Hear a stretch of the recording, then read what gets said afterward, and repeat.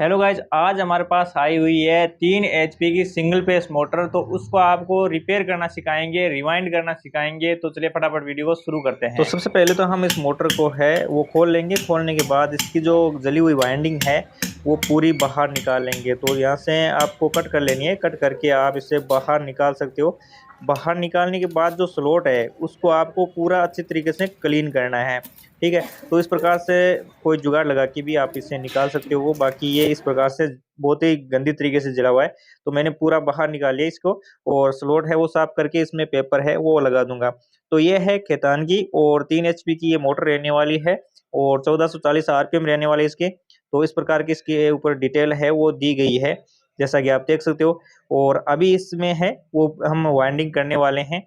और इसमें कितने नंबर वायर से आपको वाइंडिंग करनी है, कितने स्लॉट, कितने टर्न आपको देने हैं, सारा कुछ मैं आपको डिटेल में बताने वाला हूँ। तो यहाँ पे मैंने 2 कोयल है वो ऑलरेडी डाल दी है। अब आपको मैं बताने वाला हूँ कि कितने टर्न आपको देने हैं और कितने नंबर का मैंने वायर यूज किया है। ठीक है, तो इसमें आपको यहाँ पे देख सकते हो इस प्रकार से भरनी है। तो आपको जो रनिंग कोयल है वो 4-4 का सेट बनते हैं। ठीक है, तो पहला जो छोटे वाला सेट है उसमें 30 टन है, बड़े वाले में 40 है, और उससे बड़े वाले में 50 है, और सबसे बड़े वाले में 25 टन है। तो इस प्रकार के 4 सेट आपके बनने वाले हैं, 4-4 के 4 सेट बनने वाले हैं। ठीक है, तो ये सारे के सारे यहाँ पे आपको एक साइड में रख के कनेक्शन है वो डालनी है कोयल। बस जैसे हमने टर्न लगाए हैं, जैसे हमने कोयल बनाई है, सेम वैसी की वैसी ही इसमें डलने वाली है। और अभी मैं आपको दिखा भी देता हूँ। यहाँ पे मैंने राइट साइड में है वो इनर वायर रखा है, और इस प्रकार से एक कोयल है वो डाल दी है। तो ये वाला आउटर वाला वायर है अगली स्लॉट में, जैसा कि मैंने बता रहा हूँ, यहाँ पे डल जाएगा। और इस प्रकार से 2-3 कोयल है वो मैंने डाल दिया है। अब चौथी कोयल काम पे आने वाली है। तो चौथी कोयल जो ऑलरेडी डली हुई कोयलें हैं, इनके चौथी वाली कोयल के साथ डलने वाली है, क्योंकि इसमें 25-25 टन है, तो डबल हो जाएंगे, तो हो जाएंगे 50-50। तो इस प्रकार से ये जो चौथी कोयल है वो डबल हो जाएगी इसमें। ठीक है, तो इस प्रकार से यहाँ पे जो कोयल डली हुई है इसमें और इसमें दोनों में है वो डबल हो जाएगी। तो बीच में सेपरेटर पेपर रहने चाहिए ताकि सेफ रहें, और इस प्रकार से ये चौथी कोयल भी इसमें डल जाएगी। अब उसके बाद बात करते हैं कनेक्शन की। तो ये पहली कोयल मैं इसके अंदर है वो डाल देता हूँ। तो इसका कनेक्शन बहुत इजी है। यहाँ पे देख सकते हो 4 कोयल डली हुई है। ठीक है, 4 सेट डले हुए हैं। तो इसका जो इनर वायर है वो इनर वायर ले लिया, और इस कोयल का है पास वाली का इनर वायर ले लिया। तो दोनों को इनर इनर को हमने इंटरकनेक्शन कर दिया है।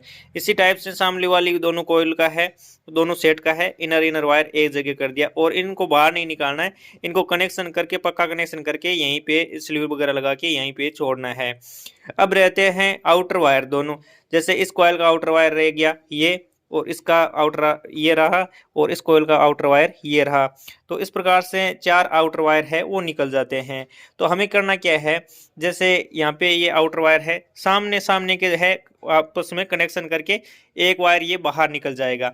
और इसी प्रकार से ये सामने सामने का है, दोनों वायर आपस में कनेक्ट होके एक वायर बाहर निकल जाएगा। तो ये हमारे जो है रनिंग के है 2 वायर निकल जाएंगे कुछ इस प्रकार से। एक वायर ये निकल गया और एक वायर ये निकल गया। तो इस प्रकार से ये दोनों कनेक्ट होके बाहर निकल जाएंगे जो रनिंग कोयल के हैं। बाकी सारे के सारे जो ये 2 वायर है, 2 जॉइंट है, ये आपस में कनेक्ट होके यहाँ पे रह जाएंगे।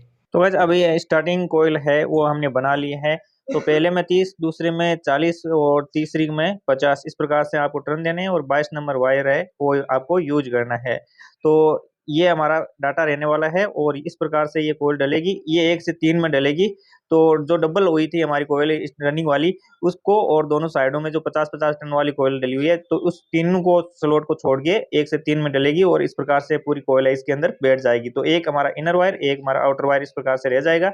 और जो स्टार्टिंग का कनेक्शन है सेम अपना जो मदानी में होता है 1 से 3 का कनेक्शन, उस प्रकार से सीरीज कनेक्शन इसमें होने वाला है।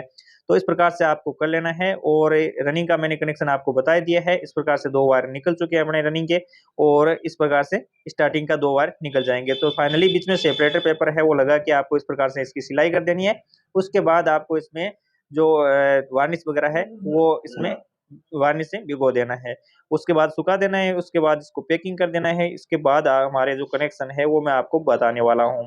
तो फटाफट हम पैकिंग कर लेते हैं इसको वापस, और मोटर को वापस सेट कर देते हैं, और फिर इसके कनेक्शन की बात करते हैं। मोटर की फाइनल फिटिंग है वो हो चुकी है, और इसकी कनेक्शन है जैसा कि मैं आपको बता देता हूँ।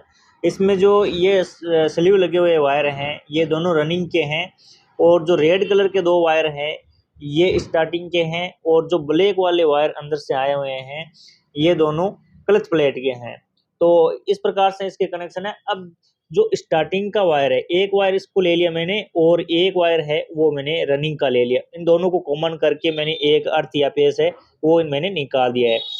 अब रहा दूसरा, ये स्टार्टिंग का है, एक क्लच प्लेट के वायर के साथ जोड़ देना है, और दूसरा जो क्लच प्लेट का वायर है वो अपने एक कैपेसिटर के जो स्टार्टिंग कैपेसिटर होता है उसके साथ जोड़ देना है, और दूसरा वायर है वो जो रनिंग वाली दूसरा वायर बच जाता है उसके साथ कनेक्ट कर देना है।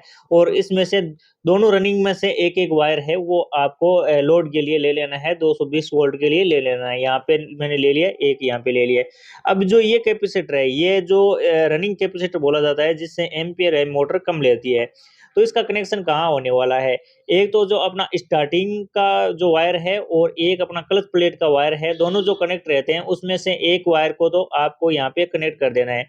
तो दूसरा वायर बच जाता है वो आपको कहाँ पे कनेक्ट करना है, वो आपको जैसे कि जो ये वायर रहता है अपना स्टार्टिंग का और एक जो कैपेसिटर का रहता है इसके साथ यहाँ पे कनेक्ट कर देना है। ठीक है, तो इस प्रकार से अपना जो कनेक्शन है वो रहता है। और अभी इसका जो वायर है वो लगा कि मैं आपको एक बार तो जैसे रनिंग का कैपेसिटर है वो बिना लगाए टेस्ट करके एम्पियर टेस्ट करके दिखाता हूँ, और दूसरी बार है वो इस कैपेसिटर को लगा के फिर आपको इसका एम्पियर है वो टेस्ट करवाता हूँ, क्योंकि इस रनिंग का कैपेसिटर लगाने का एक ही मकसद है अपना जो मोटर है वो अपने एम्पियर कम ले।